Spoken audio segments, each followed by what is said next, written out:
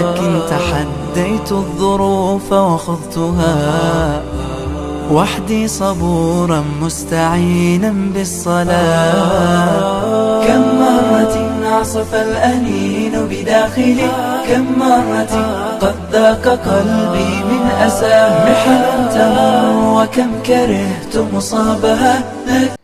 بسم الله الرحمن الرحيم. الحمد لله رب العالمين، والصلاة والسلام على نبينا محمد وعلى آله وأصحابه ومن تبعهم بإحسان إلى يوم الدين. ما بعد. السلام عليكم ورحمة الله وبركاته. Just checking the volume just to see if it's too high or too low. Subhanallah al-Azim. I hope everyone is having a blessed Ramadan.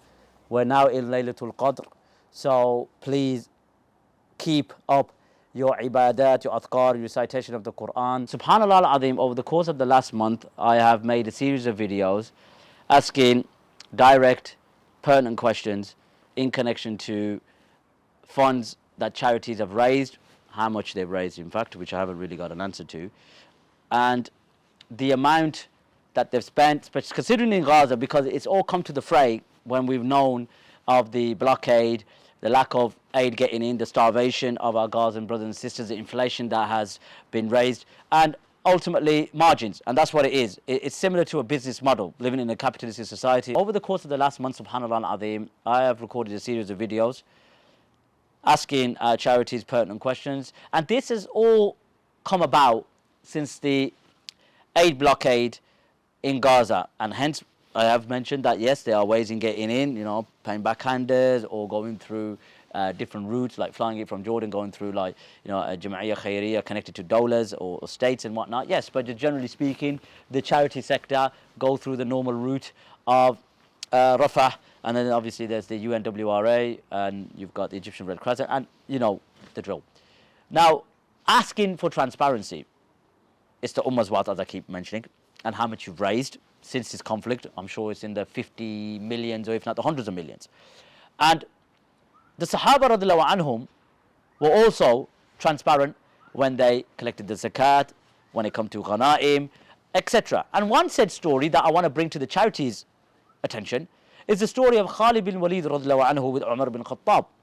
And Umar bin Khattab radiallahu anhu, and just to add, there's different riwayat why he was removed from his post. What I want to ask is that if the Sahaba radiallahu anhu, most in particular Saifullah Khalid bin Walid radiallahu anhu, was investigated and then eventually removed according to some riwayat because of this, which are authentic, then who are you? This video won't be lengthy, but I just want to bring the evidences to your attention to show you that everyone is accountable, even the noble companions radiallahu anhum, whose adala is not called into question. But when it comes to the Ummah's Wat, especially Baytul Mal, Zakat, and what's connected to it, Uqsuma billahi al-azim, you will be asked.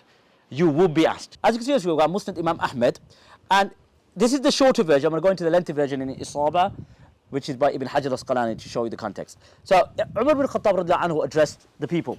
Okay? Umar bin Khattab radiallahu anhu addressed the people. And he mentioned, subhanallah al-azim, وَإِنِّي أَعْتَذِرُ إِلَيْكُم مِّن خَالِدٍ بِن وَلِيدٍ. I apologize for Khalid bin Walid. But why? We'll get to that later.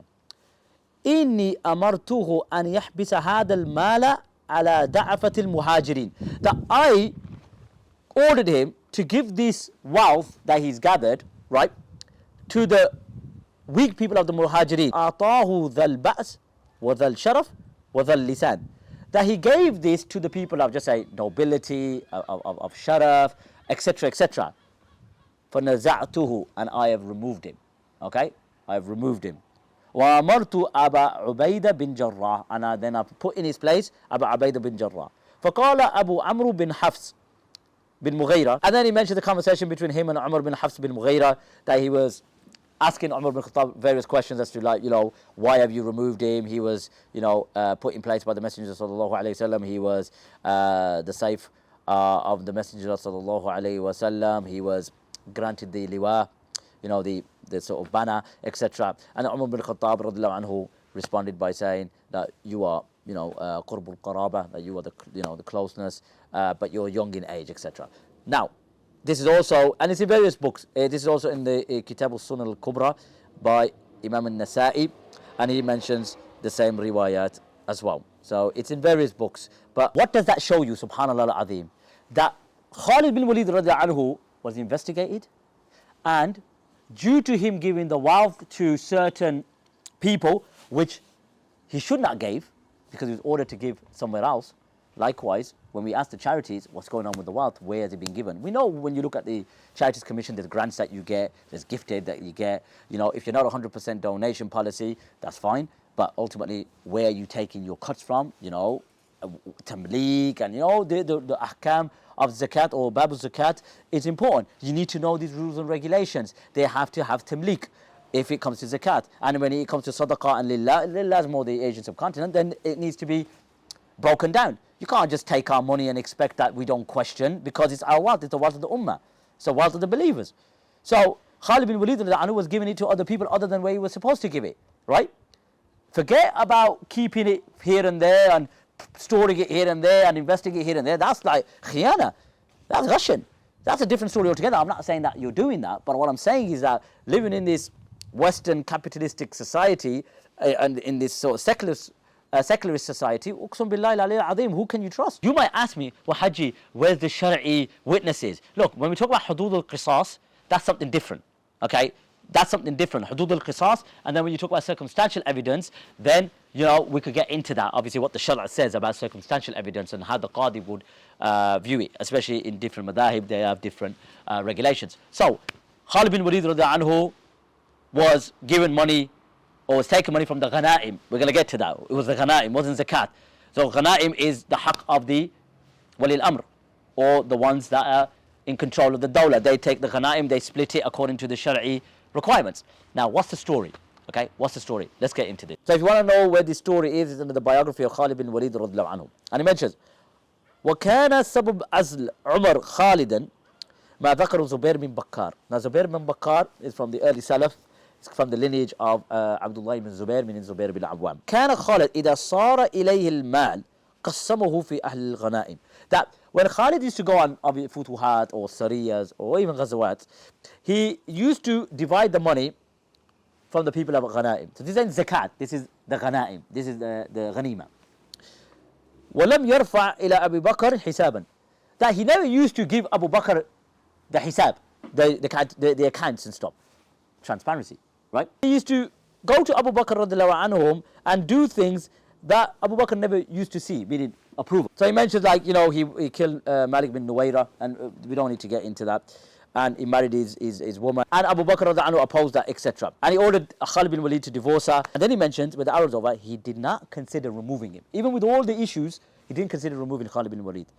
So when Umar bin Khattab was the Amir for Abu Bakr, Abu Bakr sent Khalid to Tulayha, and he defeated Tulayha ومن معه, and those who were with him. ثم مضى إلى مسيلمة فقتل الله مسيلمة. And he went to Musaylim al-Kadhab, and he killed him as well. قال الزبير. Now Zubair bin Bakkar is narrating the story. Umar bin Khattab said to Abu Bakr, write to Khalid and do not give him anything except what you order. So he wrote to him to do that. And then Khalid responded and he said, look, in a sense, you leave me to what I'm doing and you do what you're doing. Okay? And then Umar radiallahu anhu, with the arrows over, says, فَشَارَ عَلَيْهِ الْعُمَرْ بِعَزْلِهِ. That Umar radiallahu anhu said, you know what? Just remove him from his position. Make the story short. Umar radiallahu anhu and Abu Bakr radiallahu anhu just had a discussion about removing Khalid, and Abu Bakr didn't do it. But then it mentioned, with the arrows over. So when Umar radiallahu anhu took over, he wrote to Khalid saying, look, basically, you're not given any sheep or camel except with my order, with my command. So Khalid bin Walid radiallahu anhu wrote the same to Umar radiallahu anhu that he wrote to Abu Bakr, meaning that you leave me to what I'm doing and you do what you're doing. And Umar radiallahu anhu said, and I'm just paraphrasing, that if I advise Abu Bakr to do something and I did not do it out, then subhanallah al-azim, in essence, like ma sadaqtullah. And then he removed Khalid bin Walid radiallahu anhu. It shows you the importance of being transparent with the ummah's wealth, especially Baytul Mal, especially ghanaim, zakat, sadaqah and whatnot. Shows you the importance of it. Now, Umar radiallahu anhu, this is a version of events that have been affirmed, whilst there's others as well. So there's various clauses to the removal of Khalid ibn Walid radiallahu anhu by Umar ibn Khattab radiallahu anhu, just to get that out there. But this is the ones in, what's it called, Imam Ahmed, it is Musnad, it's also in Bayhaqi, Shu'b al-Iman, and there's various others as well. I'm not saying that charities are not transparent in certain places, not to say that at all, but at the same time, we're talking about tens of millions, if not hundreds of millions, and sponsored ads every half a second that I'm viewing on Insta, Insta, Facebook, YouTube, from various charities across the world. Honestly, it's like, how are Gaza starving? Uqsum billahi al-aliyyil azim, they shouldn't be starving at all. Then there's other issues then, which is the blockade. Yes, you might be gathering all this money. Again, how much you're spending, how much you're getting the items for wholesale and whatnot, with the packs. It's margins. I'm going to be frank. It's no different from the business model, right? And that this story shows the importance of transparency, even to the point that the companions, radiallahu anhu, investigated. Also the story of Sa'd bin Abi Waqqas and Abdullah bin Mas'ud, radiallahu anhuma. Again, I don't want to get into that. Everyone knows that story. And if you don't, inshallah, I'll address it soon. So, our brothers and sisters from the charity sector, please, we demand accountability considering the state of play in Gaza right now. May Allah aid them. So take care of yourselves. Wa sallallahu ala nabiyyina Muhammad. ليس الغريب غريب الشام واليمن إن الغريب غريب اللحد والكفن إن الغريب له حق لغربته على المقيمين في الأوطان والسكن سفر بعيد وزاد لن يبلغني وقوتي ضعفت والموت يطلبني ما أحلم الله عني حيث أمهلني وقد تماديت في ذنبي ويسترني تمر ساعة